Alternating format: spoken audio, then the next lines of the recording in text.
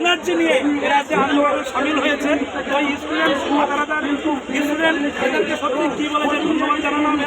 যে ধন্যবাদ কেনই বা জানাবো, কারণ তারা তার নিজের হকের দাবিতে ন্যায্য দাবিতে পেটের দায়ে নিজের সারা বছরের পরিশ্রম মানে বিগত 3 বছর একটা কোনো ছেলেমেয়ে এবং হয়তো কোনো ছেলেমেয়ে আমারও অনেক স্টুডেন্ট আছে যারা আজকে বিগত 6-7 বছরের বেশি টাইম এর পিছনে সময় নষ্ট হয়ে গেছে।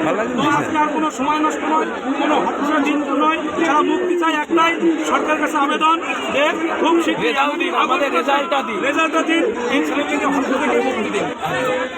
রেজাল্ট ছাড়া কিন্তু আর চলা যাচ্ছে না। এই গরিব করে ছেলে মেয়েরা আজকে এখানে আসতে অনেকের অনেক টাকা খরচা হয়েছে, অনেকে রাতে এসে শুয়েছিল, বহু দূর থেকে এসছে, বাঁকুড়া থেকে, বীরভূম থেকে, উত্তরবঙ্গ থেকে, কোনো জেলা বাকি নেই, প্রতিটা জেলা থেকে এসেছে। রুটি রোজগার নিয়েই তারা আন্দোলনে এসছে। এমন গরিব ঘরের ছেলে ম্যাক্সিমামই কৃষক বাড়ির ছেলে মেয়ে, প্রান্তিক ছেলে মেয়ে